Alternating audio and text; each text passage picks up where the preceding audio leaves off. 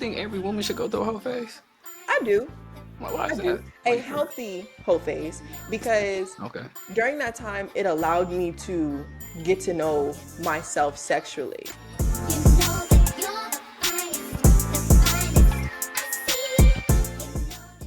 We was talking with the back and forth, and you mentioned that your parents had a abusive relationship, and even though you wasn't physically exposed to it, how did that energy affected you? So I think a lot of things that people don't take in consideration, especially like I'm the youngest.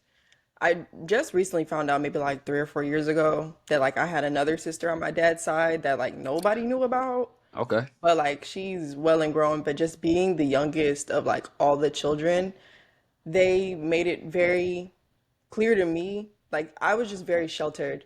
So Okay. it was kind of like the oldest gets the brunt of all the problems. Like you're Yeah. exposed to everything. That's your Yeah. first child, you don't want to mess up. The second child, you're like, okay, I see the problems that I had with the last one. Let me not do as much with this one. And then there's me, where like at this point, they're grown, they're tired. My parents started having children Mm. like later on in life. So I think my mom was like 38 when she had me. Damn. So yeah, so like my parents are well and grown compared to a lot of people that like I hang around. Okay. So they tried to shelter me, which I feel like they did a really good job with that, but you can never take away the energy that was present there. So So, like, not to cut you off, I want to ask, no, you're what good. type of like, you know, to get in details, what type of energy, like when you say you can't hide the energy, like what type of energy was it? It was a lot of tension. I like to describe it as the relationship that I had with my parents were completely different, Okay. where my mom was more of the authoritarian parent. Like she was the disciplinary parent. She made sure that we were all good, we all ate, we all had what we need, we all were dressed and all of that. But like my dad was like the fun parent. So with that energy, honestly, if I recollect it in like my childhood, like I like to say that the first 8 years of my life were a facade compared to everything after that. It was like my life restarted when I was 8 years old because thinking back to like those childhood moments, I spent Yeah. a lot of my time at my grandparents' house, like at my grandma's house. Oh, So okay. I only remember like happy, fun times. I remember like all the goofy stuff we used to do at my grandma's house. I remember all the things we used to do and would never get in trouble because like I'm the youngest and I was the favorite. So like Yeah. we never really had any issues. But then when Yeah. it came to that like that uprooting, when I Hmm. moved, it was like all of the stuff that I wasn't exposed to, I'm now starting to see because it's nothing you could hide from me at that point. Yeah. Cause And some. it Yeah. was it was taken aback because Yeah. like I said, I had a great childhood. Like we went on vacation 2 times a year. We Hmm. were always having fun. We were always having like backyard barbecues and beach days and everything. So when we moved, I'm just thinking we're going on another vacation because we moved Christmas Day, like 2006 Oh, Christmas okay. Day. Yeah, so woke up, opened presents, hopped in the car, hit the road, and then next thing I know, I'm enrolled in school in a whole different state, and I'm just like, what's going Like what the on? hell? Yeah. Yeah. Cause so all this was going on in San Diego, like you having a fun time, making the memories Hmm. in San Diego. So when you moved to Atlanta, and you said that at the age of 8, when things just took a turn, what Hmm. was the first moments that made you realize, like, hold on, something ain't right? I think the first thing was me being enrolled into school. Like Okay. even thinking back on it now as an adult, I don't really recall a lot of fine details. It's Hmm. really just a lot of like just a lot of broad points of And this happened in Atlanta. It's from San Diego to Atlanta, right? yeah. Okay. Okay. So we were in the car for at least like 2 days. Okay. So and we like we ended up, we were in the house, and I remember that, and that was fine. And the next thing I realized is like I was just in school at a desk, and I was just kind of confused. I didn't really understand what was going on, but I was also, because I am the youngest, and I did learn like, hey, if I keep my mouth shut and I just do what I'm told, Right. I'm not gonna get beat like the rest of them. So Hmm. it was just kind of like I'm not gonna question what's going on, but I am definitely confused. So your mom took you away? Was it both parents or No, it was my mom. It was oh, me, my mom, my brother, and my sister. okay. So you never asked your mom like, yo, like why did we move? Or No, I didn't. dang, Because at that point, with my mom being the disciplinary parent, you gotta do it. understanding as an adult, like Yeah, she was just trying to make sure that we were okay, like survival wise. She was just trying to make sure that we had a roof over our head, that we had food in our mouths, that we were going to school, and we had clothes on our backs. And that was pretty much it. Anything else that regarded like emotional support, yeah. anything outside of that, it was kind of like that's a second thought. So, and again, I never thought to question my Hmm. mother because it's always like, you're questioning me, you're going against my authority. Who are Yeah, you as a child to question what I'm doing for you? I'm doing what I need to do for you, and you just need to be okay with it. yeah. So I never asked her, but I would always ask my grandma. Like, I would Mm. say that I was genuinely raised by my grandmother Okay, than I was my mom. okay, Hmm. okay. I see. So what? So you mentioned you was on medication for Yes. depression. Yeah. How long you was on it, and what made you to get off of it? So I was prescribed Zoloft when I first got diagnosed, and I was on Zoloft for maybe like a month and a half, maybe 2 months.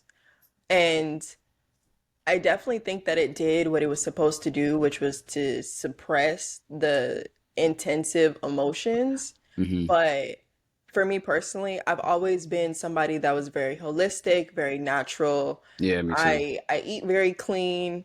I don't even like prescription medication. Like I would rather tough out a headache and put like a cold compress on my forehead than take some Tylenol. Like that's, and I've always been that way.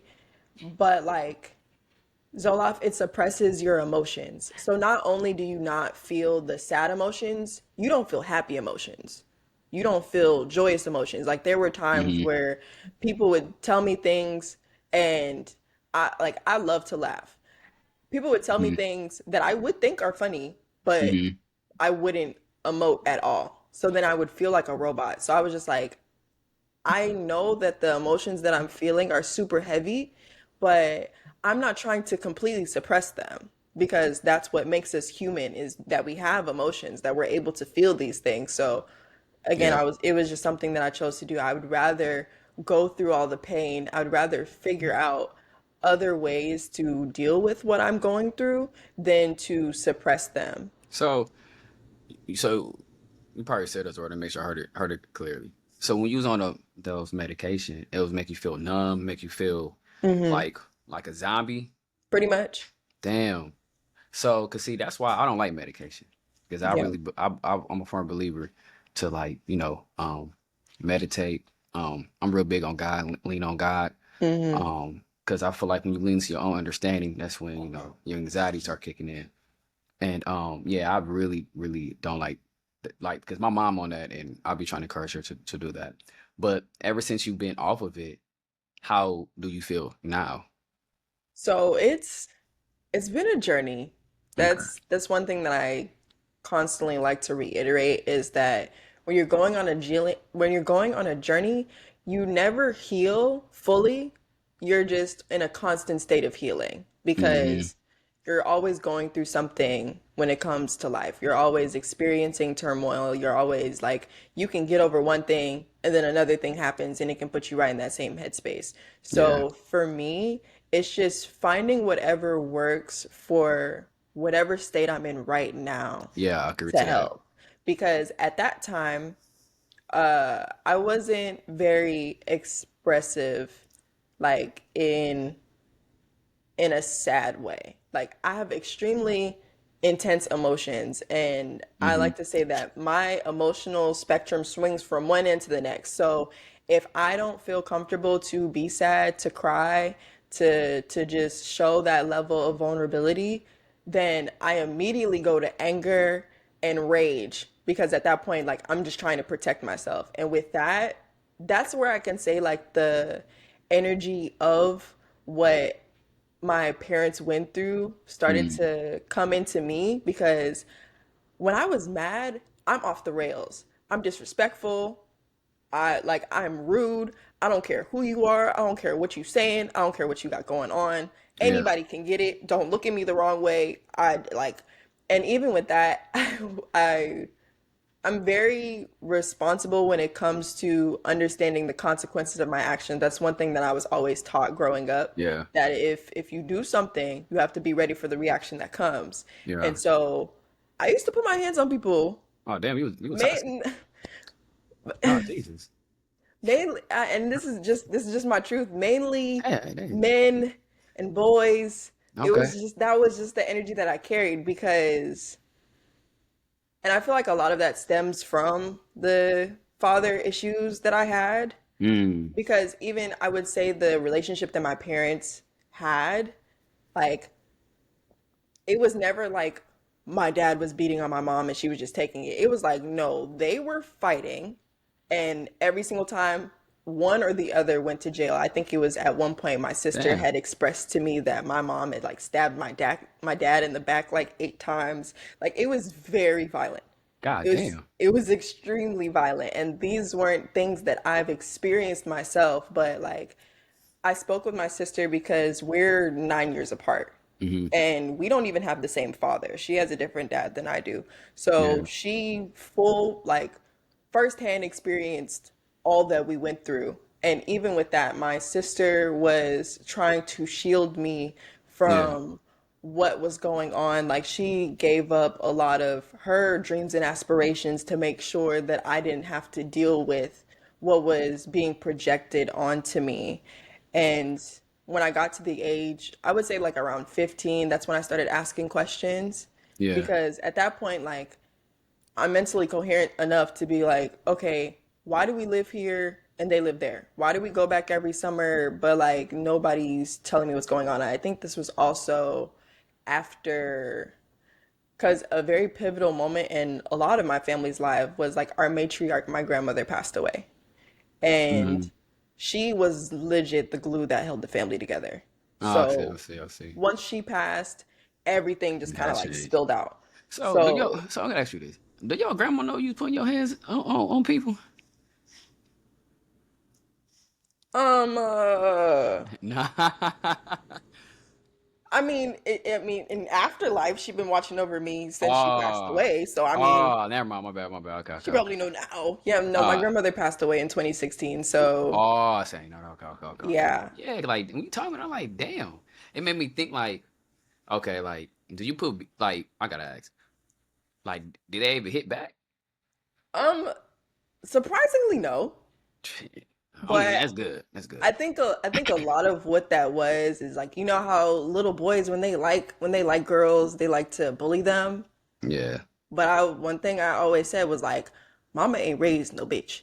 You're not finna talk to me any type of way. You're That's not finna that. say things to me that I don't like. And so I think at that point it was like these boys like me so much that like they're getting this physical reaction out of me that like I mean, it's not a good reaction, but it's something. So like she's showing some type of emotion towards me where it's like, Yeah. no. But So, even within that, I always said like I'm smart.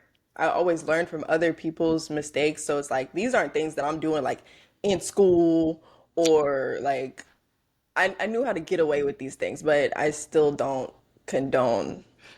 when was the moment you realized like, you know, the generation trauma, the patterns you seeing?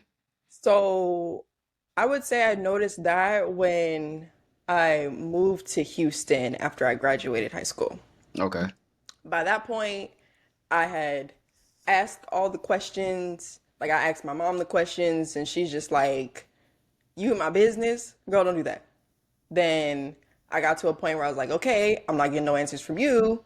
Let me see if I can get some answers out of my dad. And he was so emotionally immature Mm. that he didn't even know how to speak about the situations that was going on. And so after I like graduated high school, I did an internship in San Diego Okay. for the summer, and I was staying at my dad's house. Every time that I went back to California for the summer, I stayed with my dad.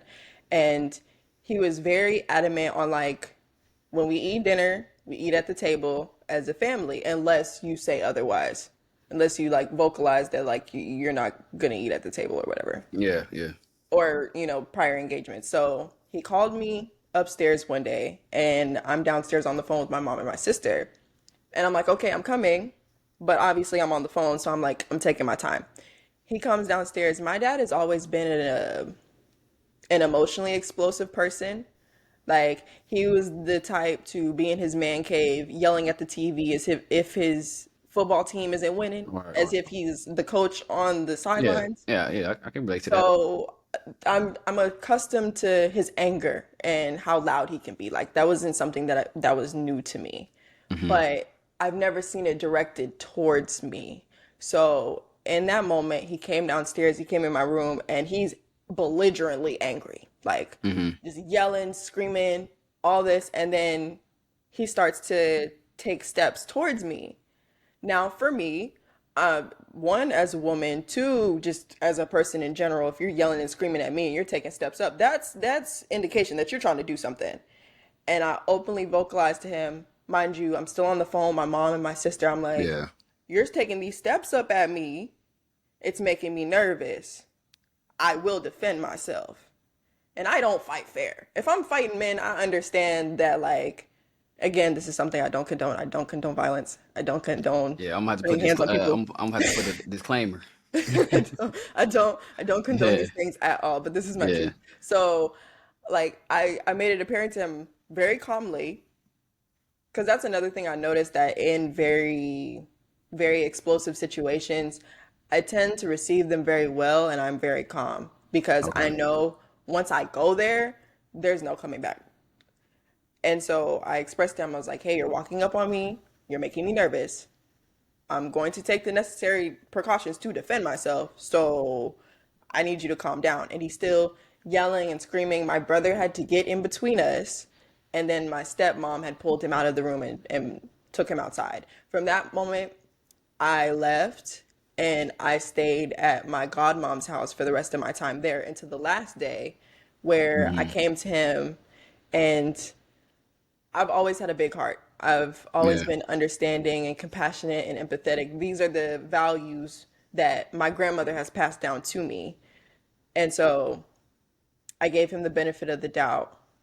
I expressed to him that I wasn't upset at him for what had happened because I understand that this is not something that is just coming. I didn't do anything to you to provoke that type of reaction. This is something deeper than that. So I'm giving you the opportunity to express to me what happened between my parent, what happened between you and my mom, and like where is this coming from? And he was so distraught, like just crying uncontrollably, so much so where he couldn't even form words. So at that point, I was just like, okay,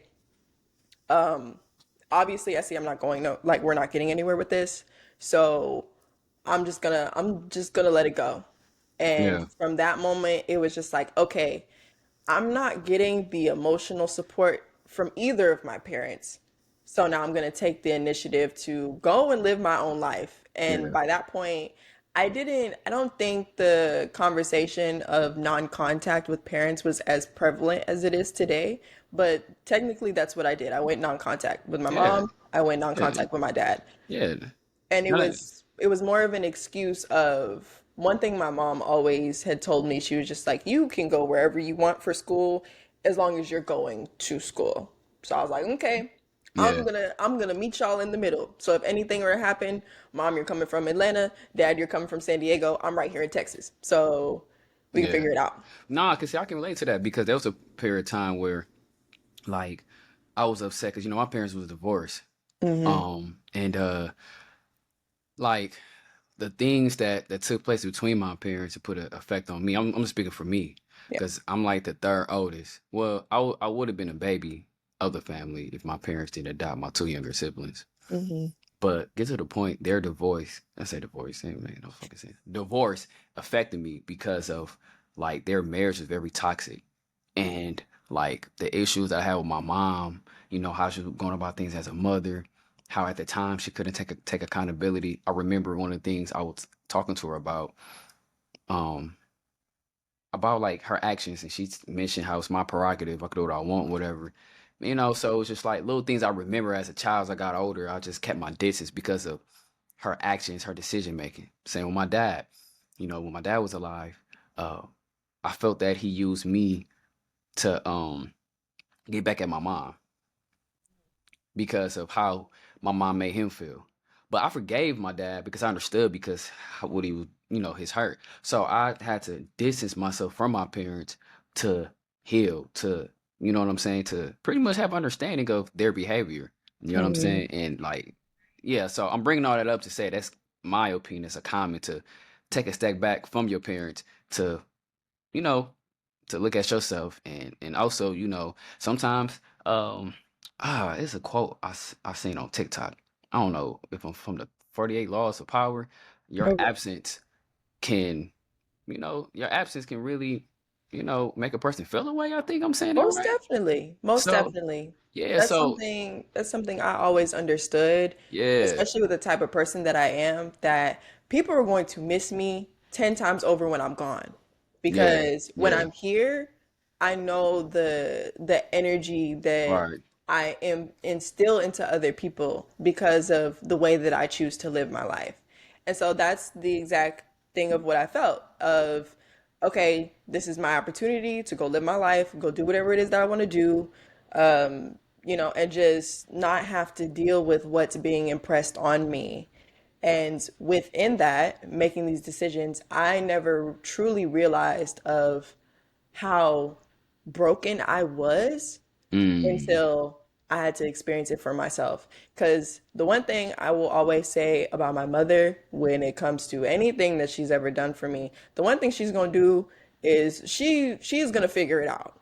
If I need something from her, if I yeah, ask her, it doesn't matter what it is, she's gonna go through hell and high water to figure it out. yeah, And that's something I genuinely appreciate about her. But yeah, the downside to that was I did this for you. I'm gonna hold it over your head if you don't do what I need from you, which was being her emotional security. Like mm, the joy and the energy that I brought into the household gave her more of a sense of fulfillment yeah, than her being the parent. I think a lot of things that children that were raised by emotionally immature parents mm, is we are now put in this position to where we're responsible for our parents' traumas, our parents' transgressions and issues. yeah, They might be able to fulfill, being a parent in the sense of I'm providing for you, but when it comes to being a mom or a dad, like I think of people that I've met, because a lot of people that I've met who their parents, like I can speak as like my best friend. She's yeah, way younger than me, but like her mom had her when she was like 18, 19. yeah, So they practically grew up together. And even though they have a different set of issues, they still have a stronger bond because they were able to still view each other as people. It was never the hierarchy of parent and child. It because of the level of immaturity the parent had when they had that child. right, And I think a lot of the things that we don't think about when it comes to our parents is we come into this world idolizing them because yeah. they're all that we know. We're And learning then everything from and them. and then too, like we think that they got all the answers, Hmm. and then like what children don't understand that parents had their own life before they had us, and they were dealing with their own problems, and then when they had us, then they like, damn, okay, I got my own problems, and I got to worry about another kid. Then that's when they start, might not make the best decisions, but that's the best way they know how in that moment. And that Hmm. helped me to forgive my parents because like I told my mom a couple months ago um that, I was upset with her because growing up I was going to school bummy, Hmm. and I told her I blame her because and she had a negative response. She got defensive, but I didn't. I told her I'm not holding it against you because I know you was going through a lot in those moments. So most children hold grudges against their parents because they felt like, well, they should have known better, or if they didn't like being treated that way, why they treated me this way? You know what I'm saying? So I want to ask you, like, have you forgave your parents? Most definitely. And so I so what was the steps for you to forgive your parents? So it was different for both. Okay. I would speak because right now I'm living with my mom currently. Okay. And with her, it was the steps that I needed to take for her was to let her know that I don't blame her for what she couldn't give me. Okay. Because the same thing with the lack of accountability that I think a lot of black mothers withhold because when they separate, and 9 times out of 10, the woman takes the children, and now that they have to bear the responsibility of Yeah. not only like I can't, of course, in a child's former years, like primitive years, you have to be the nurturer. You have to nurture them, you have to guide them, you have to give them that sense of what a woman is supposed to do for their child. Yeah.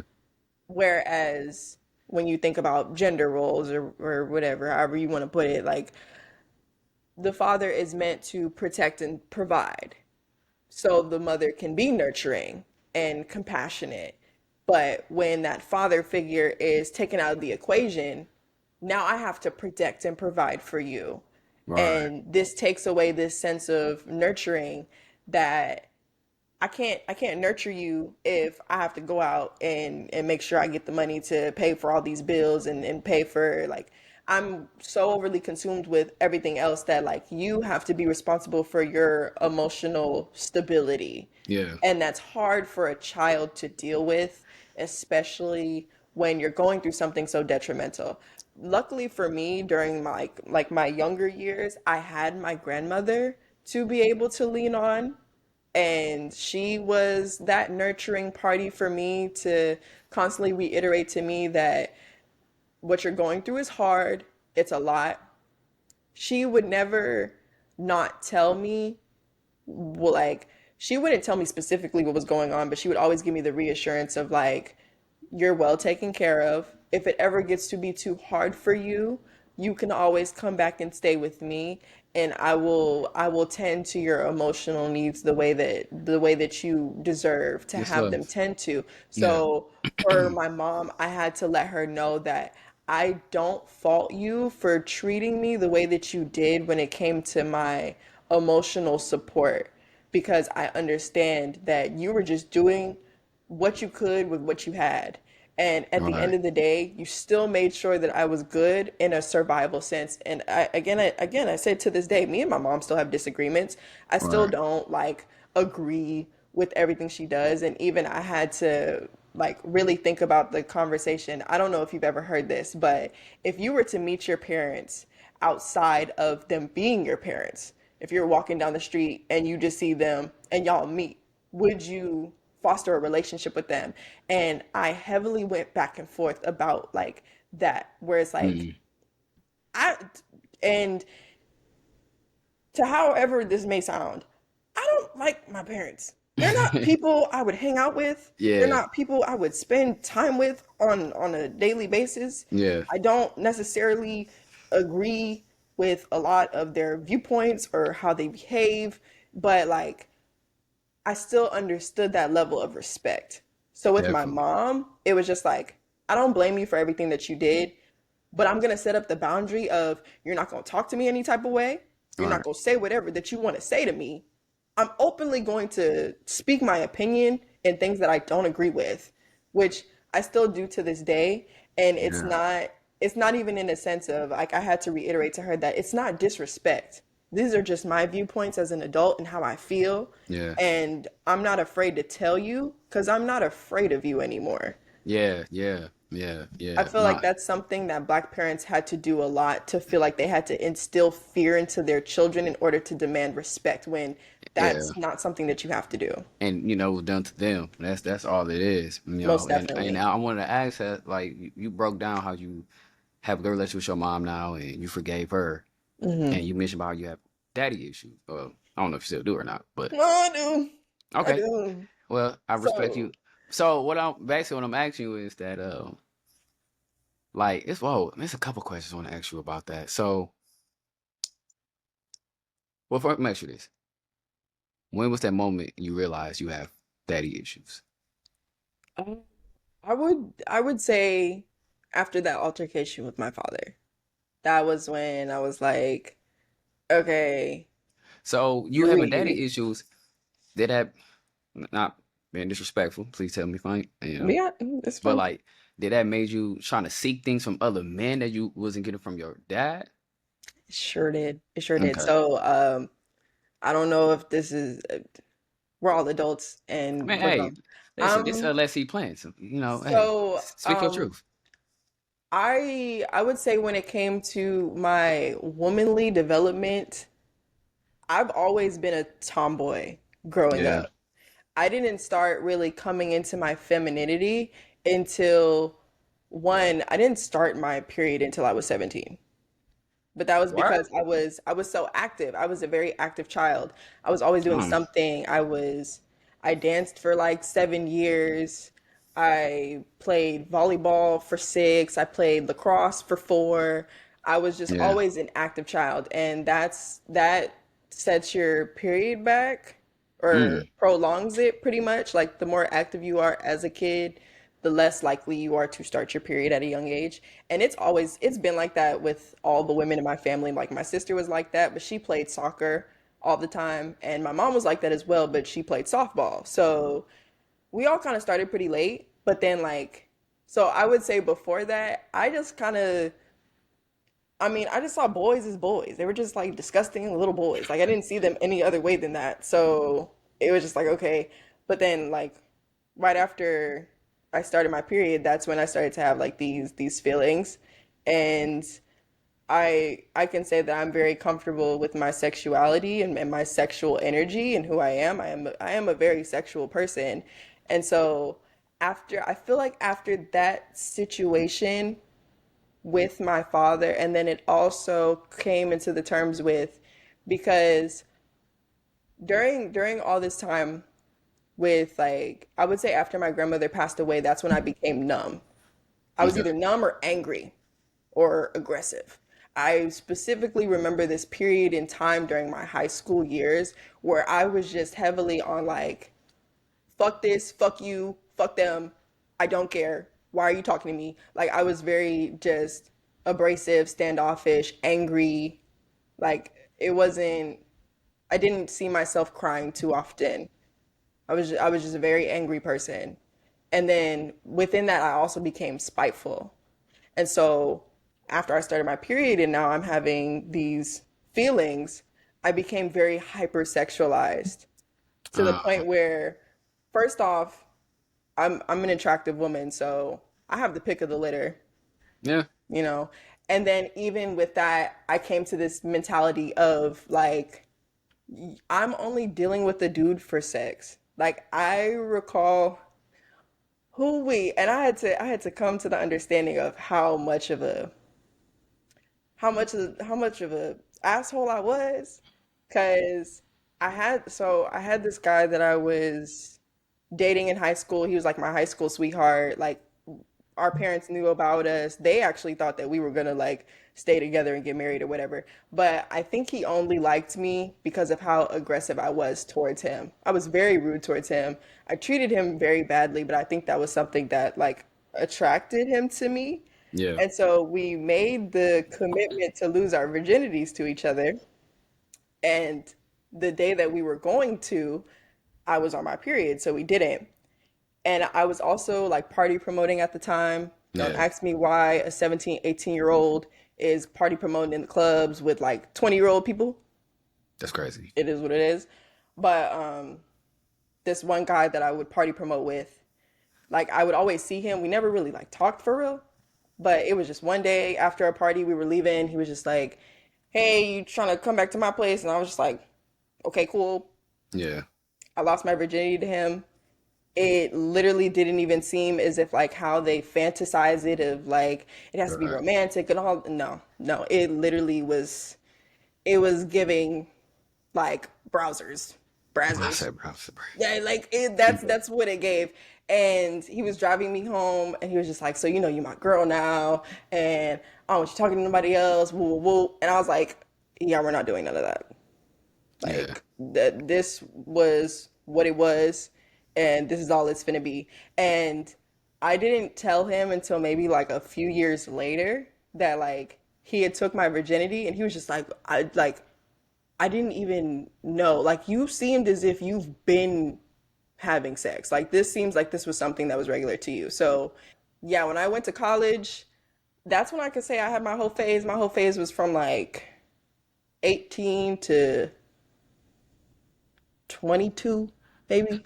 So when you said hoe phase, so tell me if I'm crossing the line. How many bodies do you have? You mind me asking? I honestly don't even keep count. God damn. I mean, sorry, but I know. I mean, it's I was true. I honest. don't. I stopped counting after a while. By this point, it's kind of more of like who's most memorable. Like Oh, okay. who did what they needed to do to the point of where I remember them. Yeah, Like, yeah, yeah, yeah. because after a point, like I legit, I was hypersexualized. I was trying to numb myself. I was sad internally, and Mm, sex was the only thing that made me feel something. So that's that's what it was. And yeah, that's why like I don't even integrate myself into the body's conversation because yeah. I Yeah, because I don't even ask women that question. Because honestly, most women gonna lie. Well, people in general, they gonna lie, and I don't want to make it as a woman thing because I don't want to make it man versus woman. But like most people ain't gonna tell the truth. honestly believe that it is so unrealistic to ask somebody how many bodies you've had Yeah, because first off, why is that any of your business? I feel like the conversation that needs to be had is have you contracted any sexually transmitted diseases? right. Sexually transmitted infections. I feel like that's a more reasonable conversation to have Yeah, because you can't base somebody's moral standpoint or value on the amount of people that they slept with. Because at the end of the day, I would say for me personally, I would rather you have a higher body count because that means that you're more experienced, you know what you like, hmm, because a lot of, and this is something that I like value the conversation of is having healthy conversations when it yeah, comes to sex because it is a part of just the human experience. Yes, overall, having sex is the product of bringing life into this world, yeah. but in the modern era, like 9 times out of 10, it's very rare that you're going to find that Virgin Mary that has not been touched Nah, until you right on her that wedding one. day. You right on that one. So like, you never caught nothing before? I have. I mean, at least you honest. I But have. see, like, I ain't never caught nothing because I don't have a high body count. I got like, man, how many? I don't have a high body count. I never caught anything. Thank God for that. But So, yeah, and a lot of that has came from, even with that, it wasn't me. Well, yes, I was being reckless, but even to that extent, it was more of being lied to. what you mean by that? Because so I went through this period again, this was through my whole phase where like I'm just sleeping with a whole bunch of people. Yeah, But when I would get a partner that I felt like satisfied me to the point where it's like, okay, no, I want to keep coming back to you, then at that point I I'm not going to say that I don't like condoms. Just oh, that's understandable. Shit, I don't like condoms either. magnums are a no. Yeah, no, that's understandable. Shit, you know, Yeah, it's just yeah. Nah, Just no, they're not I understand. healthy I in any understand. way. So to that degree, it was just like if I'm finding somebody that I'm with on a consistent basis, yeah, no, we're not doing that. You So know. I want to ask you this. This is my Mhm. last my last question. To get on topic. How like how long of your like how long of, that's not gonna make sense. How I'm gonna ask you. You said you was in your whole phase, right? Mhm. How long was that phase? How, Um, I would say when it came to the amount of partners that I was with, it was like I said, it was about 18 to 22 because then after that point, I was no longer interested in having having sexual relationships with random people. Like I think it was this was like the era of like when Tinder and like Hinge and all that came along. Like everybody know that these were hookup apps. Like no wasn't nobody really using them to find love. wait. So So you stopped in 2018. What year did it start? 2017 is when it started because that's when I was 18. So I would say like 2017 to like 20 2017 to 2019. So 2 years. 2 years. Okay. Man, that was the prime years. You know what I'm saying? There was a lot going on. Okay. two Continue to years. my bad, my bad, my bad. But yeah, I think what kind of stopped that was during because at first it was just kind of like I was hooking up with people that like I knew and I was again, I'm very smart. I don't like people in my business. So I was doing like a lot of vetting where it's like, okay, if I'm gonna hook up with this dude, then I'm gonna make sure that I'm not hooking up with nobody that I feel like he be hanging around because I don't need people in my business. Like Right. it's I've always been that way. I'm very private. So it went from people that I knew to then when I got to college, I wasn't I wasn't sleeping with anybody I went to college with because my college it's not small, but it's like it's fairly a size where it's like you're gonna see the same people every day. So I was just like, you know what, I ain't even gonna deal with that. I'm gonna find them either out whenever I'm doing stuff. But what made me stop was during the time like I was on Tinder, met some dude, whatever. We had slept with each other once, and that time was like cool, but it was still just like I could tell his respect for me, like just wasn't there. And even during this time, like there's a level of self respect that you're lacking in order to do these things, Yeah. but it's still to the point of I'm not taking blatant disrespect. Right. Like you're not gonna blatantly tell me to my face that this is how you feel and this is how you finna treat me because I'm not going for that. So do you? So So do you think every woman should go through a whole phase? I do.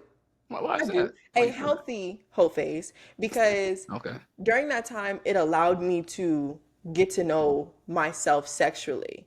It allowed me to know my body. It allowed me to know what I like, what I don't like, how to break the discomfort of a Hmm. first sexual experience because we hear these stories all the time of like people faking it and like women never reaching some type of sexual pleasure and I don't believe in that at all. If I'm not and it's also like killing the unrealistic standpoint that women always have to climax when that's very it is very unrealistic. 9 times out of 10 for women, it's just about the enjoyment and the pleasure of it than reaching an end point because that even can go towards just a regular journey like you're supposed to enjoy the the journey to get there, not the end result, because if you're so far thinking about the end result, don't you do it. I'm sorry. Yeah, but you said healthy whole phase. What's a healthy whole phase? What's I don't. Healthy Yeah, because it's whole like sleeping with different people and then you catching something. I don't see how's that healthy. Explain to me. healthy whole phase in the sense of one, sexual safety, whether that's making sure you're using some sense of contraceptive, if the woman is on birth control, if that's what she Oh, chooses to okay. do, Okay. to prevent unwanted children, because I also feel Yeah. like that's something that is very detriment to our community. Mm-hmm. So a woman being on birth control, whichever form of birth control she would like to be on, using contraceptive, if those are condoms, if it is, I think I've heard of like dental dams and stuff. Like, there are so many different things to be able to use to make sure that you are safe within the acts of sex. And then also making it accustomed to going to the clinic together and getting tested beforehand, or constantly getting tested yourselves. I know a lot of people say that they do, but 9 times out of 10, you probably haven't gotten an STD test in God knows how long, you Yeah. know, especially if you're taking it upon yourself to have this sense of casual sex, because these are the risks that you're taking. So nowadays, you can literally buy tests and getting them shipped to your house, where you can take them and get them, like, get the instant results in your face. You don't even have to go to a clinic. So that's what I mean when it comes to like a safe whole phase. Like, Okay. because even with that, and then also understanding how to vet out your partners. A lot of people, and I would say this on the men and women side, they choose to lay down with people that, one, form an unhealthy attachment to you. Yeah. Two, these are people that you don't know. So, like, you're not getting to know. Or I feel like there should be a level of understanding that you have with the person that you're choosing to share yourself sexually with. And then also the healthy conversation of what are your do's and don'ts when it comes to the bedroom. I think anytime that I speak with a partner now I'm celibate now, thank God. But yeah, but like, if I'm making it comfortable to have a healthy conversation about sex and not a promiscuous conversation about sex, because a lot of people will talk about what they like, or what they're gonna do and all of this, instead of just being open of like, this is what I'm into, this is what I like, this is what I'm not willing to do, this is what I'm willing to try. What about you? That's one of the first things I ask whenever I'm considering having a another sexual partner, of like, what are you not willing to do Yeah. in the bedroom? That makes sense, but I gotta agree to disagree to a degree. Yeah, To a degree. Let me tell you why I said it. Like, I do agree. Like, I believe men and women should talk to multiple people to find out what they don't like, not just from a sexual standpoint, but also from a personality standpoint too as well. most definitely. But I kind of disagree from a sexual standpoint because sometimes you can end up catching something you can't get rid of, or sometimes you can end up getting pregnant by the wrong person. You know what I'm saying?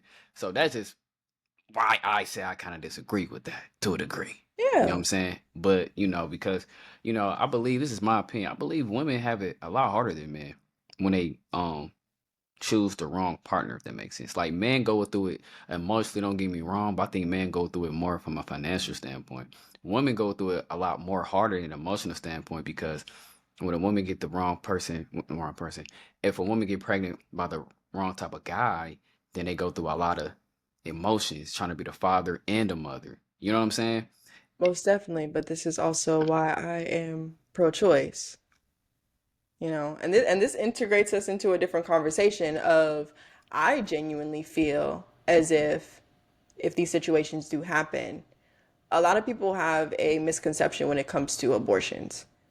Like, they're thinking that people are getting abortions at, like, when the baby's like been in there for 5 months, 6 months, and they Okay. gotta break the baby parts apart and like pull them out. Like, it's most of the time when people are considering having an abortion, it's this within the first, I would say, 2 months, because the fetus doesn't even develop until after 10 weeks. So you're not against abortions? I'm not. Okay. Okay. Okay.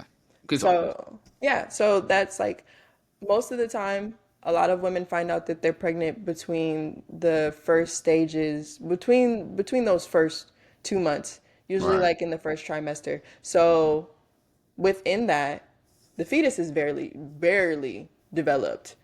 And so within that, you're not really most of the time, and if the fetus hasn't developed, there hasn't been a heartbeat yet.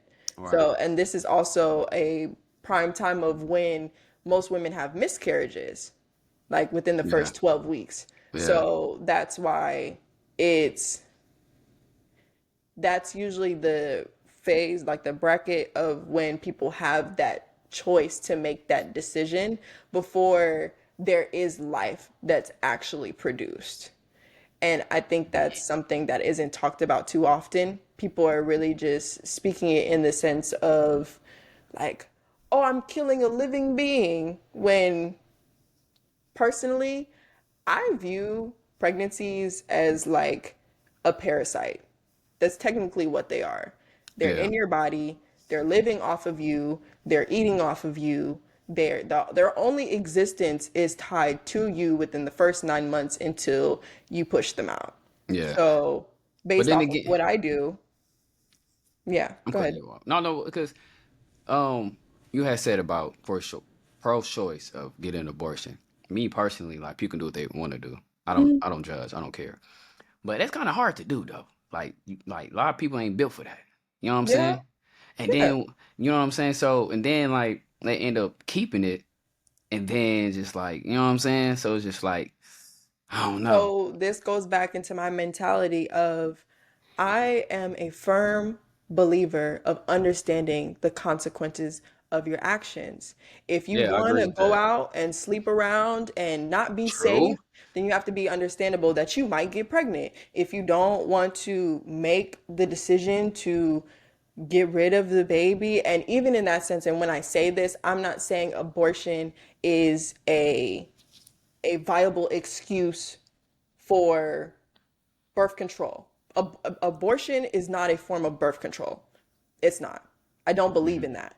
But I do believe that if you've taken all the because there are situations where you've taken all necessary precautions and you still wind up pregnant, this is Yeah. still another option that you have before you get to that stages of Yeah. there's no more going back. And even after the fact of that, if you don't want, let's say you don't want to raise the baby, there is still adoption. There's still these Right. other situations. But again, and again, these are hard conversations to have. It is. But if you're taking the necessary precautions to Yeah. make sure that you don't get to these places where you have to make these detrimental decisions, then you're able to understand. But at the end of the day, and I will speak on it from a personal experience Yeah. of last year, was it last year? Yeah. Wait. Last year Wait. You had around, abortion? no, Oh shit. but I'm last year around my this bad. time, I did get pregnant. I was pregnant Oh okay. to somebody that I would not have wanted to be pregnant by. Okay. And I knew, and again, this is me understanding the consequences of my actions. I knew months prior to of telling him, if we keep doing what we've been doing, I'm going to end up pregnant. And I did. So that man was shooting up that club, huh? Yeah, he ain't wrong. Well, go ahead though. Listen, I feel like there is one responsibility as a man that you have to do. It doesn't matter what I say when we're doing In the that do. moment, pull out. Make sure that you're doing what you need to do. Yeah. If you know that if you're not in the right mental headspace, if you don't have the funds, if you're not emotionally aware or secure Yeah. within yourself to be able to produce children, I don't care what I say, you better pull out. Yeah. The plan B ain't 100%. I've been in that situation. Shit. Plan B ain't 100%. Hell no, And but even keep with going. that, taking so many plan Bs for a woman is detrimental to your body. It is. I believe So, that. but around this, actually, that's actually crazy. I don't know verbatim date wise, but this month last year, I I did I did conceive, so I was pregnant, and You I had a found miscarriage? out I did. Oh, I found out at like 4 weeks. And so, which is very rare. Most women find out at like 8. But yeah, no, I woke up and God was telling me, "You're pregnant." I was like, "Okay, let me take these tests." Two lines popped up, heavy, "You're pregnant." I was like, "Okay." Ah, man. And even though, yes, I am pro choice, how I was raised is one thing my grandmother always told me is like, children are a gift from God. Like, are you afraid to get pregnant again? Um, I wouldn't say afraid, more of just, I have a higher level of concern for it Yeah, yeah. because I know now that the next time that I get pregnant, it's going to be on purpose With the right person. with the right person. I have more of a concern about me being able to carry the child because after that situation, I had found out that like miscarriages are very prone in my family. Mm, Like my mother has had a good handful of them. My sister has had a handful of them. So it's more of the necessary steps that I need to do when I am carrying a baby to make sure that I'm doing whatever I could to make sure yeah, that the baby's healthy. But as far as like being worried to get pregnant, I'm not nearly as reckless as I used to be. yeah. And like I said, right now I'm celibate. So How long you been celibate? I've been celibate for, I want to say about 5 months now. Because a lot of women, not saying that's you, but a lot of women be like, oh, I'm celibate, but they don't be really celibate. You know what I'm saying? I hope you ain't one of them types. I used to, but not no Oh, more. Listen, hey, I love your honesty because most people wouldn't, you know what I'm saying? I can dig that. Okay. listen. Honesty is all I got. So Like, let me ask you this then. Why mhm. do women lie about that? Because most women, they put up this front, like, oh, I'm celibate, I don't be doing nothing. And It's then you shame. say that It's again? shame. Shame? Yes, the shame of feeling judged for doing Mm, whatever it is that you choose to do. Shame, shame is one thing that is heavily enforced on women, like mm-hmm. from going from girls to developing into women. I can even say the first conversation I've ever had with my mom about sex was when I got in trouble for being out with my friends. At the time I was hanging out with my little hoe friends. I wasn't hoeing at the time, but like, Yeah. like we would be talking in the group chat and saying whatever we're saying in the group chat. Mm-hmm. And so I got in trouble. She took my phone and she read my messages and she was like, "Do I need to put you on birth control because you want to be out here being a hoe?" And I'm like, we've never had a conversation about sex ever. We've never had a conversation about my period ever. So the fact that this is the very first thing that you're saying to me, like, yes, I would like to be on birth control, but I feel like I want to do that because my period is irregular, Yeah. not because I'm out here having unprotected sex. And even at that point, I only had, I probably only slept with two people at that point. Okay. So it's shame because we're, I'm not gonna say we because I don't care. Women are afraid to speak the honest truth about what they do with their bodies and how they feel sexually because of this shame of being called a hoe. This shame That's true. of That's true. just because I am a free sexual person, expressive person, and I like to share myself, that automatically means that I'm sleeping around with everybody Yeah. and I'm just slinging my coochie around. When that's not the truth. I would say another thing after I still carried the same type of sexual energy I had after my whole phase, but then at this point it's with designated people. I got to one point where I was saying that like I would much rather have sex with my dude friends than strangers because at least I know that my dude friends respect me. Now I had to learn personally Yeah. from that like sleeping with my dude friends would now change the dynamic of my friendship with my dude friends. But, and that's something I also had to come to understand. Hmm. But I made the decision to, I would much rather deal with people that I know respect me as a person Yeah. than lay down with any random stranger. But But see, but see, reason why a man have a problem with that, I'm gonna tell you from a man perspective. Like, Men have a problem with that. It's a many reasons why. When a man sleep with a woman, he can know if she been around because of like her pH balance being off. You know what I'm saying? Second thing, a man also too, like sex is like a man love language, right? Okay. So if you want to hurt a man pride, you talk about his sex game or talk about how, you know what I'm saying? Okay. So I know you might not understand it, but this is I from know a I don't, but okay. Well, I'm no, willing to hear you. yeah, yeah. So this is from a man perspective. I'm not saying it's right, but from a man perspective, when a man knows that a woman been around, it just look at her differently because it's like, for one, in his mind, it's thinking like, okay, are you able to be committed? Two, it's like, damn, how many people you slept with that I might personally know, and then two, it's just like also too, it can be like an insecurity thing for a man too as well. You know what I'm saying? So it's just like, damn. So what if I don't perform well? Just like, you know what I'm saying? It's just a man will be overthinking certain stuff. You know what I'm saying? So there's Right. a lot that plays into that. You know what I'm saying? On why a man would that would shame a woman because it's in a man eyes they look at a woman as like a how can I explain this? They look at a woman as like a like a queen, like you're the prize. So when a woman, not a woman, when a man gets with a woman and he sees or hear about her history, it just kind of turn him off for his own personal reasons. Because Right. but yeah, Which is but understandable, but but then yeah, that leads us back to having healthy conversations about sex. I agree. Not saying about Yeah, what we're willing to do with each other, yeah, but speaking on our own experiences, speaking our insecurities, because that's heavily valued in the situation. A lot of the yeah, times when I come into contact with insecure men, they project a lot of these things onto women yeah. They do. because They do. I agree with one, that. they want to make sure that you're top on their list.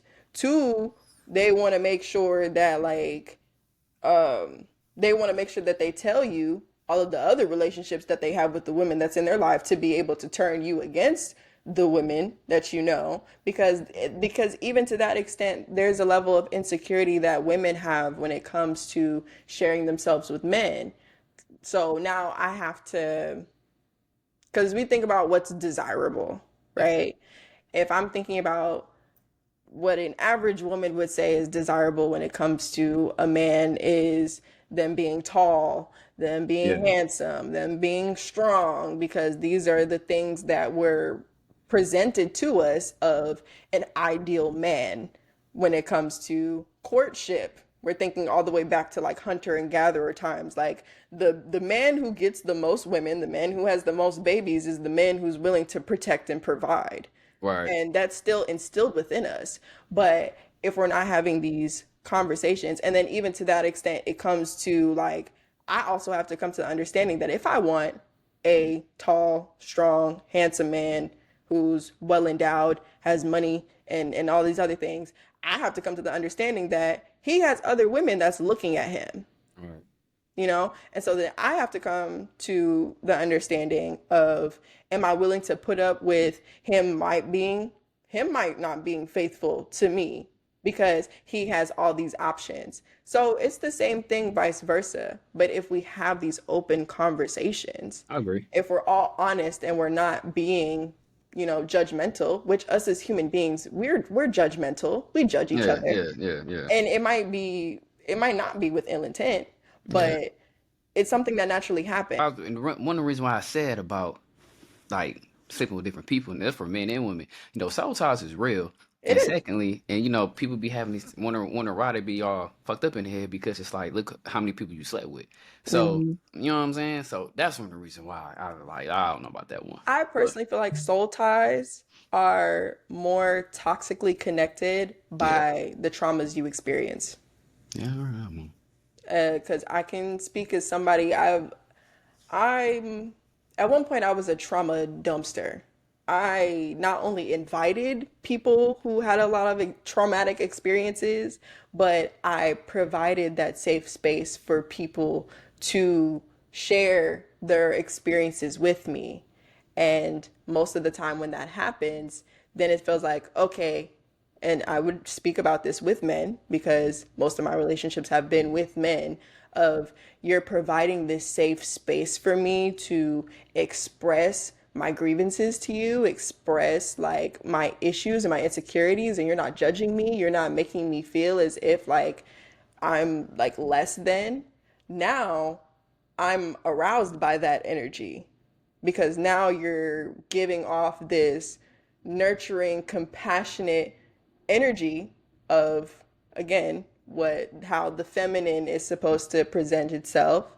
And now you're giving off this, it kind of like enacts that primal arousal of like of procreation, because now I see that you're somebody who's willing to be a good mother. I see. I see. Yeah. So it like, and then I feel like that's where the soul tie comes in, because then at that point, and this all ties back into my story, because I would find myself in so many situations where I'm just having sex and now you're getting attached. But with me giving so much of this compassion, empathetic energy to you, I'm not receiving the love that I deserve, Yeah. because I didn't make you feel as if, because I'm not presenting what I deserve, you don't feel like you have to give me more than what you already have. Got it. Got it. Got So it. then at that point, when I get to the point where I'm like, okay, you're literally sucking the life out of me, I'm drained, and now I no longer want to do this, then it's like, but why? I love you. Don't leave me. And Dang, you I'm got it like, like that? Shit, okay. I see you but play, but play. even to that extent, it's like I've had to learn and understand my part in this of, I'm providing this to him. Yeah. I'm making him feel this way, not intentionally. And at one point when I was in a more like emotionally deficit place, like I said, I was an asshole. I was manipulative. So there were Mm. times where I did this with intent to hurt people, Mm. you know, You a Virgo? whereas no. Okay. Keep talking. I'm sorry. No. Okay. I'm sorry, that's so funny. Yeah, I had to ask. That's so funny. No, I am not a Virgo. Okay. Mm-mm-mm. Some would say that I'm worse than a Virgo. Shit. I don't think it's work. Oh, god damn. Okay, go ahead. Go ahead. But yeah, we So can get like back to that if we want to. But yeah, yeah. it's honestly just, I had to understand my part in that, of Okay. one, understanding that because of the person that I am, I'm going to attract these people to me. Hmm. And that's okay. Like, I've understood that this is my life purpose, to help people through who I am, through the energy that I provide. Like, I'm going back to school to be a therapist. Like, this is something that like I've always known about myself. This is a position that I've had to carry my whole entire life. I had to be this for my parents, then I had Okay. to be this for my friends, and then I had to be this for my relationship partners. And I had to understand within that of, I'm taking so much of my love and my energy and I'm putting myself on the back burner as I have so many people in front of me. Hmm. When in all actuality, I need to be the first person. It's like, it's God, then it's me. Like, because I can't provide this type of energy to anyone if I have nothing. Like the saying of, when I have a full cup, if my cup is overflowing, then I can pour into the cups around me. But if I'm pouring into an empty cup, I'm gonna have nothing. One question, one more question before we even change topics. Like your Mhm. partners or the men you deal with, they never had a problem of the I'm gonna say that. Let me be straightforward. The guys who you dated, they never had a Mm, problem with you being sexually active the way you were. no, Oh shit. but that's because they was never asking me the right questions. Nah, cause I Oh, ain't gonna lie. Like I would have. I don't want to. How can I say that? Cause I don't want to. I'm not referring this to you when I no, say I'm not wearing shoes that don't fit me. got it. I can respect that. Like I would have motherfucker would have. Most people don't. I wouldn't mind it, but what comes with it is it's just basically what my concerns, and my concern is, sometimes people will go back to their old ways Hmm.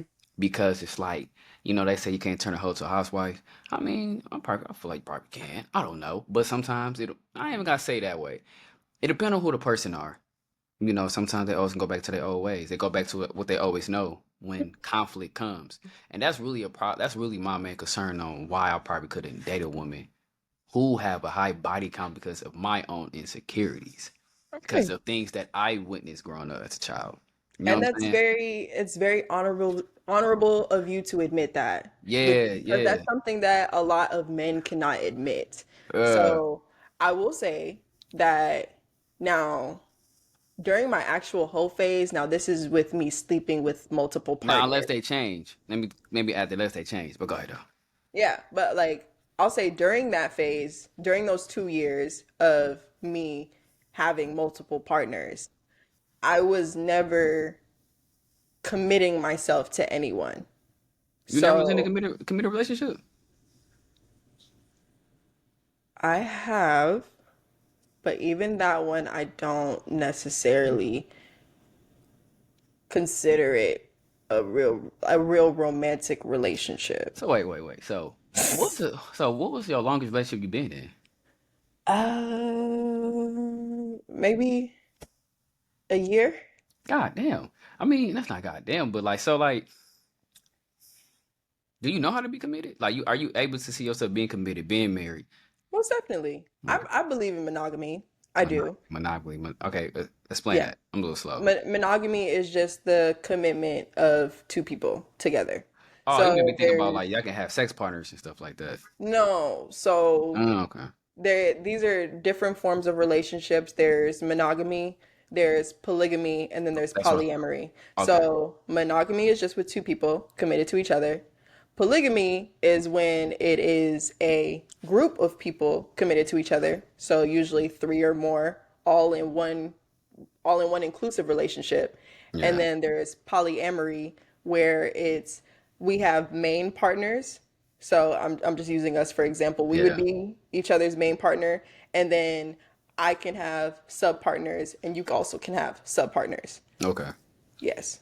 Okay. So Okay. Okay. I do believe in monogamy, but at the same time, I believe in those other two as well. Everything I have the belief that anything can happen through true healthy communication. Yeah. No, I agree. Conversation rules the nation. I'm a firm Mm. believer of that. And I wanted to ask you, like, can you see yourself like dating a man who have a low body count than you? So if you date a man, I'm like, man, I have like 10 bodies, like 11 bodies. That's the See, I don't believe in like I don't care about the bodies. I care about the experience. How experienced are you? Do you so, but know your own body? Are you so willing to take instruction? Like that's okay. my So okay, let me ask you this then. Can you date a man? Okay, let's say if a man treating you perfectly, right? But he just can't satisfy you in the bedroom. Would you able to continue that, or you be like, nah, this ain't it for me? Ah, damn, never heard that. Stop. No. That's okay, because then at that point, are you willing to learn? If I'm teaching you how I like to be pleased, are you willing to learn? That's Okay. kind of more of where it is now. Because in all actuality, yes, I'm willing to be with somebody that if all other pillars they excel, but just in the bedroom, you're just not as experienced. Okay, that's fine. Are you willing to learn? But at the same time, are you going to allow, because then at that point I've been in situations where I'm with someone who is less experienced than me, and now I'm having to coach them and teach them and all these other things, which Yeah. I don't have a problem with. But then at a certain point, I do like to be submissive.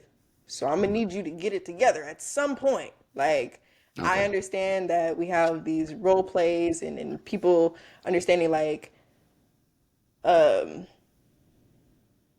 been in situations where men like to be submissive, and that's fine. I don't judge that. But Yeah. then if it's always you, what about me? Because I've gotten to the point of I'm I've Lord, I'm telling you all my dark secrets. Hey, show truth, man. Let's see Plants podcast. You know. So I've been a dominatrix before. Okay.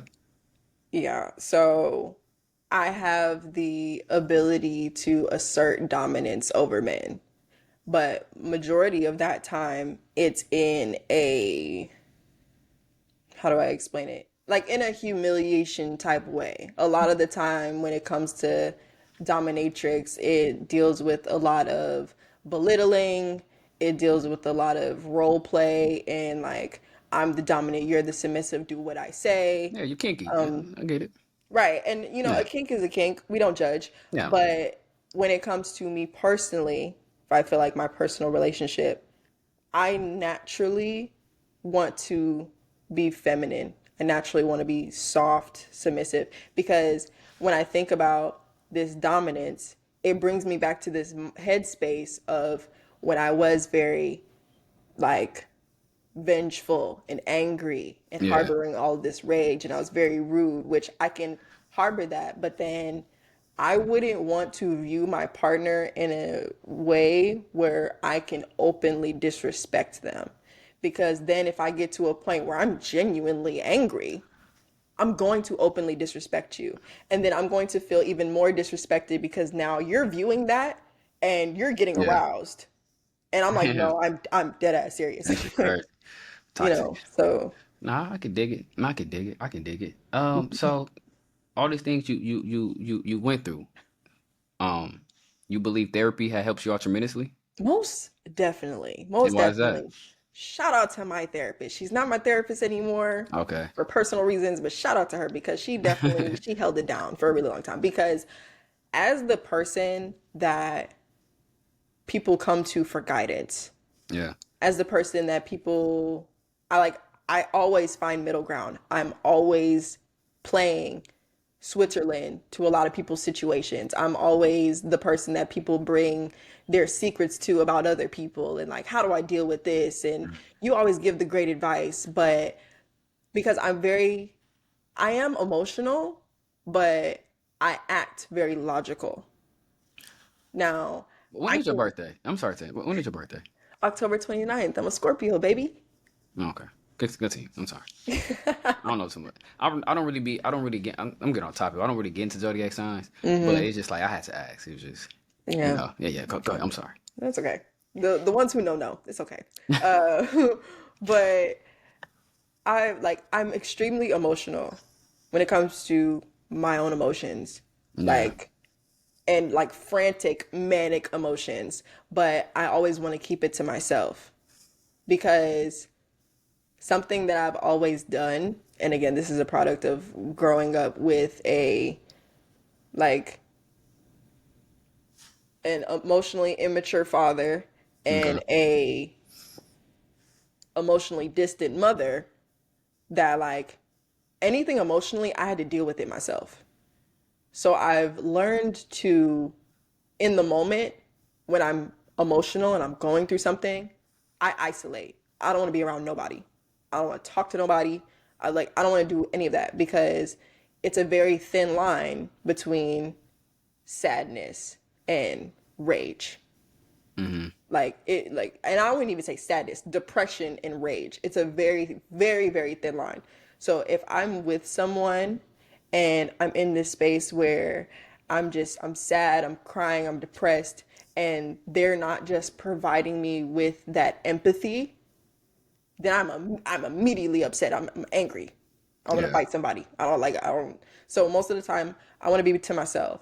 And a lot of my emotional issues, I'm a chronic overthinker. I yeah. overthink Me too. all the time. Yeah. If Like overthinking was a death, that'd be the cost of my death. I would Probably. have, yeah, I would have been died by now. Yeah, yeah. But like, so with that, I learned that and I would say one thing that helps subside my overthinking is speaking my words into existence. So I talk to myself technically. Me too. Yeah. Or even to that extent, if you look at it in a spiritual sense, I'm saying I'm talking to my ancestors. I'm talking to God, like, you know, but most of the time I talk to myself. I talk myself through my situation. And so then when I get to that point of another thing is when it's something's wrong with me, I don't lie about it. So and it shows on my face. Like I have a strong resting bitch face. If something's wrong with you, you're going to see it on my face firsthand. All right. And so when people ask me like, "Hey, are you okay?" I'm not at the point in my life now where I'm going to lie cuz you like I can't. Yeah. So, I'm going to tell you the truth, but then when you start to inquire, "Okay, what's wrong?" Most people, especially people who don't know how to deal with their own situations, feel as if whenever somebody is expressing something to you, they're trying to find some way to fix it. Yeah. Yeah. And something I've always had to express is I don't need to be fixed. And even if I do, it's not your responsibility to fix me. So let me ask you this: a lot of people who's against therapy, right? They feel like therapy can't help them and stuff like that. They feel like they can do it Hmm. themselves. What's your opinion on that? So my genuine opinion with therapy is that all a therapist is a unbiased an Yeah. unbiased party to one listen to you talk about your problems, Hmm. but then give you positive and affirming feedback to help you navigate through something that could potentially cloud your judgment because emotions cloud your judgment. Yeah. They really do. And one thing I know about a lot of people when they're in a very high emotional state is no one likes being told about themselves. They don't. They don't nobody want to sit in the hot seat. 9 times out of 10, you Yeah. are the problem of all your issues. Yeah. I agree with that. 10 times out of 10. Yeah, I agree with that 100%. I agree with that. As a living adult, as a functioning adult, you are the problem of all your issues. At no point in time would like, and I wouldn't even want this to pull back into like victim blaming or anything like that because victims are real. Like people go Yeah. through things. But at a certain point, you have to choose on whether you're going to continue to live in the reality that you've built for yourself based off of something you experienced or change it. And it's not easy. It doesn't happen overnight. It takes a lot of work to get there. But that's what the therapist is for, to Yeah. be able to help guide you through what it is that you're experiencing and give you positive affirmation. And I personally like therapists that feel more like friends. Like Mm. if you like a mentor therapist, and that's the other thing is like there's so many options to therapy that like you don't have to go the traditional route. You don't have to go where you sit on somebody's couch, you talk about your problems for an hour, and then they just tell you certain things they write down in their little notepad. It's not how it's perceived in movies at all.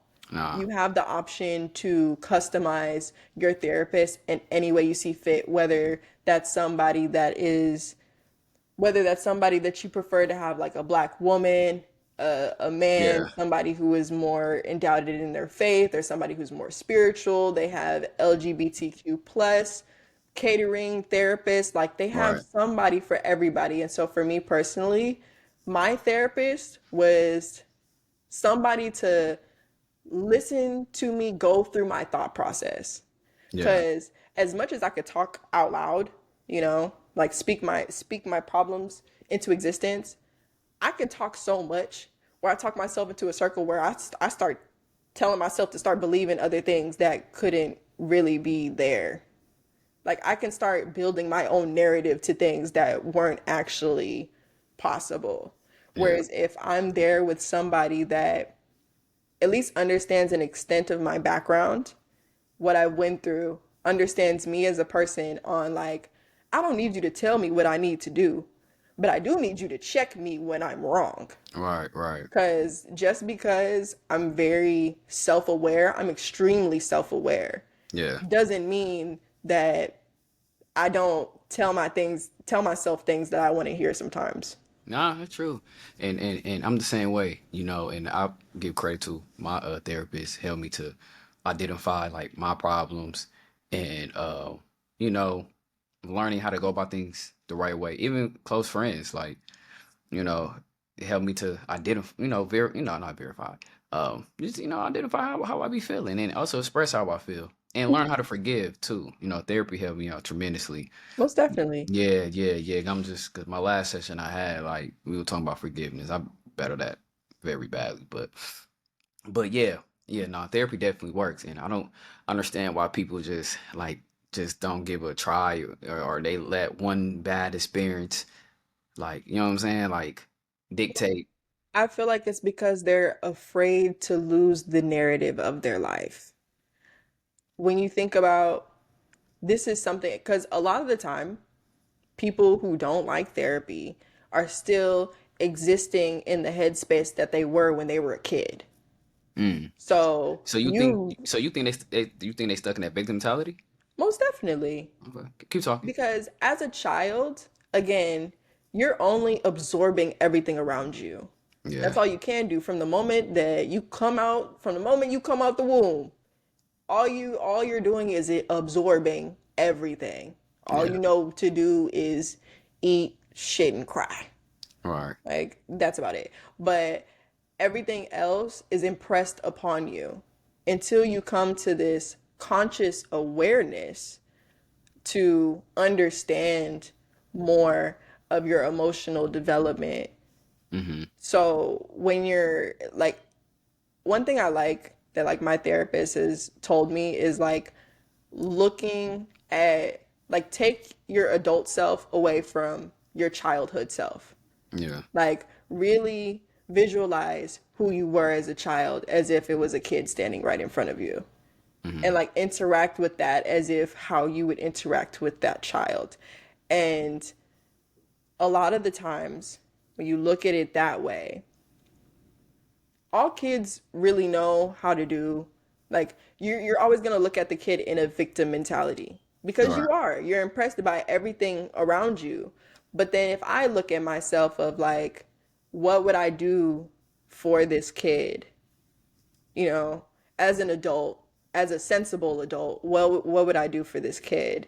It's yeah, like, am I gonna, I see that this kid is deprived of emotional validation, so I'm gonna give as much validation to this kid as I can. all right, But it has you unlearn a lot of what you were impressed as a child. This also comes back to how we idolize our parents. A lot of people still put up with their toxic parents all right, because at the end of the day, they're like, these are the people who raised me, so I yeah, can't, like, I owe them my life. When in all actuality, you don't owe them anything. I agree. See, It wasn't your choice to be yeah, brought into this world. yeah, and you have a not, I cannot fucking talk. You have a lot of wisdom, and I can see Mhm. why you want to see. I see why you want to be a therapist. Yeah, and I know, but so you want to be a therapist. Is that because of the knowledge that you have? You feel like you can help people with that? So, I mean, that's always been, I've always been this way. Like, Okay. as somebody who, one, loves to bring joy and happiness and peace to the people around me, to the people I Yeah. love. I hate to see anybody that it doesn't even have to be a person I know. Like, and this comes back to how I feel, like it ties into my spirituality as Yeah. well. I'm very energetically sensitive because of the high intensity emotions that I feel within myself. Most of the Hmm. time, like I can even speak right now, speaking about all of this, and I've gotten to this point where like I know how to deal with it, Yeah. but I feel the tenseness in my shoulders. Like right now, like I'm carrying a lot of intensity because I am speaking through like my throat chakra of like all of the trauma and experiences that I've gone through. So it doesn't matter. Like I believe in humanity. I believe in empathy and respect, and I Okay. also understand that it takes community because I was brought into this world with such a mindset of love, light, peace, happiness, Yeah. joy. And it was fostered by the people around me, even though these people have issues and problems. Like, we're still able to have that. And I always say the biggest factor within that has been my grandmother. if Mm, I didn't experience her in her most angelic years, because she's the person who's given me all of this. mm. Even through my darkest moments, through my most like hardest moments, I think about her. Like even this cross she gave to me when I was 12 and I've had it since then. Like Oh, that's cute. she always is with me. She will never leave me, and I feel like this is the torch that she passed down to me because this was the life that she lived. My grandmother had an open door policy. You could be a homeless person walking down the street and she'll say, "Hey, have you eaten today? Like Yeah. come in and get a plate." Like I believe in that sense of humanity. So this is something I've always known to do, and tying into like my creativity because people find joy through how I express myself, which has always been creative. I've always been a creative person. And so Hmm. I think within the world that we're in now, I know that like that is my way to spread it across like Yeah. across the world. Because even Okay. I would say with like, I know you basically found me through like my backup page, but my main page Oh. on TikTok has like over 200K. Oh, really? Yeah. Like, Hmm. and again, this happened through a time in a period where I had nothing else to lose. I was doing something that I loved and I was sharing it on the internet and people clung to it. And it brought that attention to me to the point where now I'm getting these experiences of having famous people reach out to me to teach them what it is Oh. that I'm doing. And even during that period of time, like Hmm. I was probably only skating for like 8 months Yeah, I want to ask until you he that. reached out to me. Yeah, I was gonna ask you that because my last couple questions I want to ask. Um, how was that experience like working with Shaq and teaching him how to skate, and how was he as a person towards you? Oh God. It was an experience Okay. to say the least. I will say, um, I would say overall, like even the way that it happened, because I remember the day I was at a jam session with And my how old were friend. you at this time? I was this was 20 20 2021 maybe. So I was like 2021, Okay. 22. I'm What not year you was sure. born? 98, 1998. Oh, okay. Okay. Continue. I'm sorry. I might be wrong. I don't know. I feel like Oh, somebody will correct me on the math. Math is not my strong suit. But yeah, yeah. yeah, I was at a jam session with like my friends at their house, drunk as hell. Like I'm lit. We're having fun. And I Yeah. look at my phone and I go into my DMs and I see Shaquille O'Neal, blue check. I don't even remember what he said to me. It was something on like, "Hey, can you teach me how to skate?" or something like that. And I think my account got hacked. I think somebody's messing with me, and I'm like looking at the page, and I'm like, "Nah, this is who it is." Hey, friend, Mhm. look at this. Is this who it is? Like, Yeah, yeah, yeah, and so yeah, I'm yeah. looking at it. I'm like, okay, okay. And so I respond back. I'm like, yeah, sure, I'll teach you. And he was just like, hey, would you mind being on my TV show? I'm like, yeah, sure. I don't care. And so we had 2 sessions that we did. I invited some friends, and I'm on his TV show that was on TNT, Shack Life. I think Okay. I'm season 2, episode 7. But had that experience with him. It was cool. He paid me a good grip of money, which I ain't never had that happen before. Where Yeah, yeah, yeah, yeah, off yeah, yeah. of off of 2 hours of teaching how to skate, he done paid me a good grip of money. I was like, okay, I like this. This is fun. We did a viral video, which I think if I repost a video now, it's probably still gonna go viral. Like, so had that Yeah. experience. I would say my experience with him personally, I do think he is a great person overall. But I think for my personal experience with him, it was just kind of like, okay, Oh, okay. I'm gonna be honest, but like I understand the energy that I give off, the type of person that I am. Again, I understand that I'm attractive. And so he had Uh, made the proposition to me to be one of his girlfriends. And I was like, I don't want to do that. Why not? They ain't got money. I mean, I'm sorry. One thing about me, I don't give a damn about how much money you got, Yeah, I feel you on that part. especially with you knowing the Yeah. value of how much money you got compared to me, because that just makes you feel as if you can do and treat and say whatever you can to me. I promise you I don't care. All right. Yeah.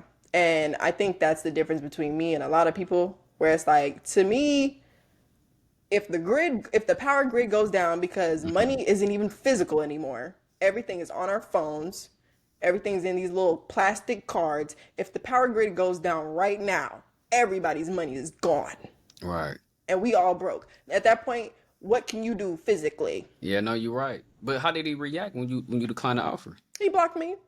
Damn. He told me that I'm so used to dealing with subpar men that I don't know a real man when I see one, and he blocked me. And he still got you blocked to this day. Yes. Damn.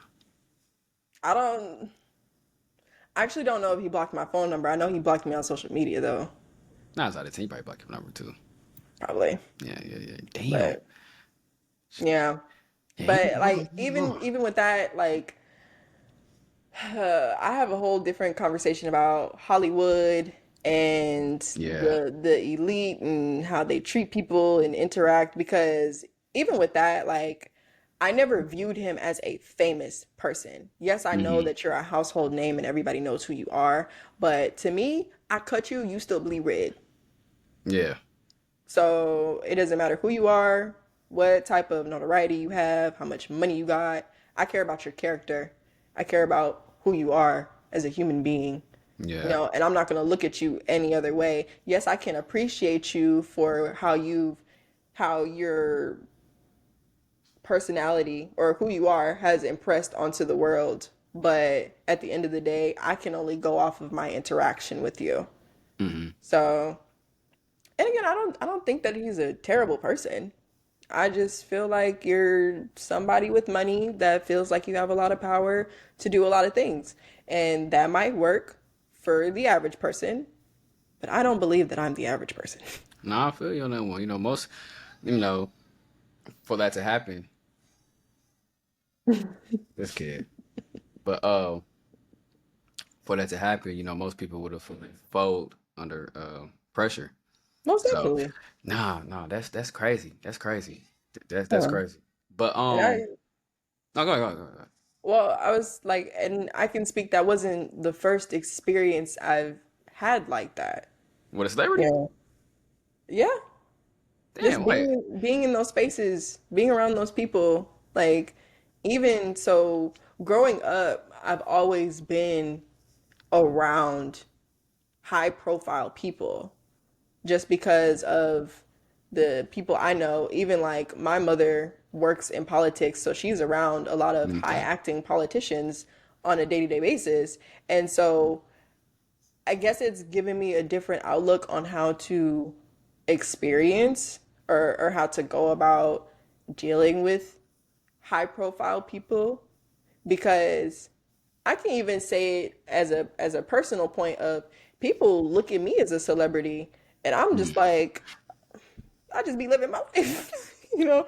But like it's based off of like the energy that you carry, the person yeah, that you are, and like how you present yourself to other people. So and that's something I greatly talk about, is based off of how you interact with me yeah, is how I'm going to respond to you.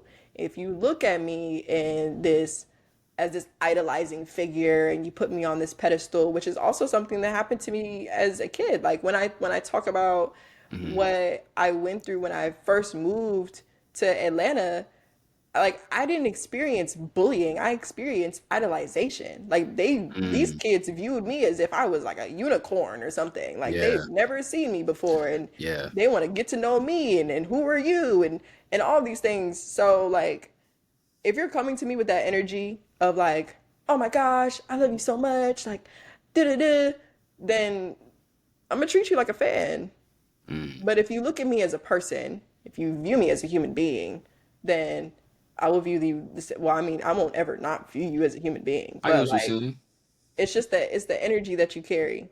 I definitely understand. Hmm. And so everything, how can I explain it? So what you shared with me about the celebrities trying to manipulate you, stuff like that, and other life experience you went through. Are you going to share this on your podcast that you got coming out? Most Okay, tell definitely. me what's the name of it? Most When we definitely. supposed to be expecting that? You gotta have me on there, man. I gotta be a guest. Most definitely. So it's called the Present Podcast. Okay, It's just a human speaking, well, actually, I said a spirit speaking on her human experiences in the present moment. okay, So okay. most of the time, it's a very, I would say, a calming experience. We have a lot of very progressive conversations and just really opening up the avenues of speaking about what it is that we go through in a empathetic way Hmm. of, yes, I'm also telling my experience of the things that I've gone through, but also entangling that with how to move forward and progress in a peaceful manner. Because one thing I love to say is life is about perspective and perception. One thing that I can never do is understand how you perceive life because I'll never see life through your eyes. But I can be empathetic to the things that you experience. I don't have to agree with them, I agree. but I should respect them Yeah, because if I'm choosing to respect you as a person, that means I have to respect the things that I don't know or I don't understand. yeah, and that's a people problem. Like we Hmm. can't agree to disagree. You know what I'm saying? Like then, like I guess if we having this point of view now, oh, he's a bad person or she a bad person. Like, nah, this is my opinion. If I choose to do this, if I choose to vote for this individual, that doesn't make me a bad person. It's just what I believe in. And a lot of people just Exactly. don't respect that. That's to me, that's like immature in my opinion.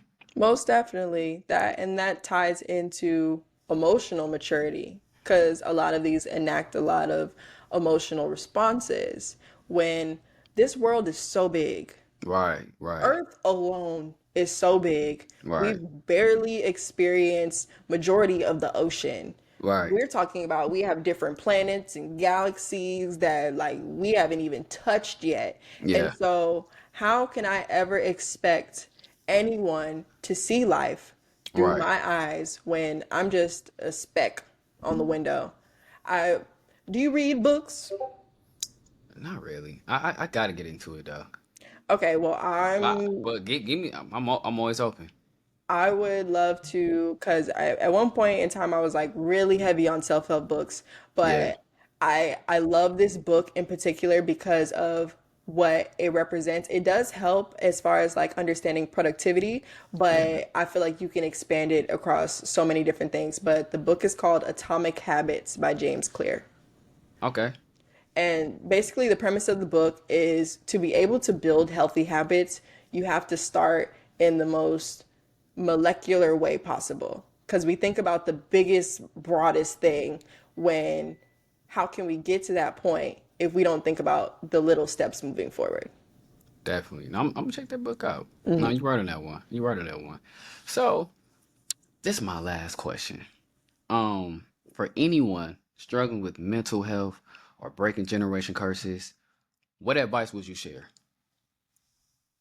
Um, I would share one, give yourself grace. It's hard to deal with your emotions, especially if it's not something that you've taken upon doing. Trust your intuition because the only thing that was meant for you to really understand is how you feel. You were given these emotions for a reason. And seek help in things that you don't understand. Yeah, Seek conscious help. I will say that because not all help is good help. I You agree. know, yeah, and be kind. Be kind to yourself. I know for me personally, I would blame myself for a lot of the things that I went through. And I know, and it's still something that I struggle with where, I'm so hard on myself to do better and act better and Yeah. be better. And when in all actuality, I'm doing exactly what I'm supposed to do right All now. right. Like, Yeah. and also just live in the now. Live right now. I think we get so caught up in like what happened before Hmm. or what's supposed to happen later, and we forget about how we feel right now. Because at the end of the Yeah. day, you can only live right now. I can't live in the future. Right. I've already experienced the past. So Right. what am I doing right now? No, you're right. You're right. Because some people, they like to compare themselves to others, and they feel like they Right, not where they at, and they see others doing it. So, right. like a wise man told me, life is a marathon, not a sprint. There we go. I Yeah. got uh the past is history, the future is a mystery, and today is a gift. That's why they call it the present. Present. Yeah, I heard of that before. Hmm. I heard of that before. Kung Fu Nah. Panda, baby. Yeah, man. I said, come on. Yeah. Yeah, you crazy. But yeah, so that's all the questions that I have. I ain't gonna lie. This is the Woo! longest interview that I've done. That's funny. That's good. Now for me, because it's like it was good conversation, and Mm, I like your perspective on things, and I wouldn't mind doing this again. And whatever I can do to help with your platform, please let me know. I will definitely pick you up. I'll definitely need to pick your brain about it because Yeah. just need the, fine tuning details. Oh yeah, for sure. It's really Mhm. not it's not that bad. It's not that bad. I'll tell you more about it. I'll tell you more about it. But yeah, that's it, man. Yeah, man. Good luck on everything, man. Good luck on Thank everything. you. Thank you. Thank you for having me. I appreciate the conversation so much. Yeah, for sure, for sure, for Hmm. sure. No problem. You take care. Yes, you too.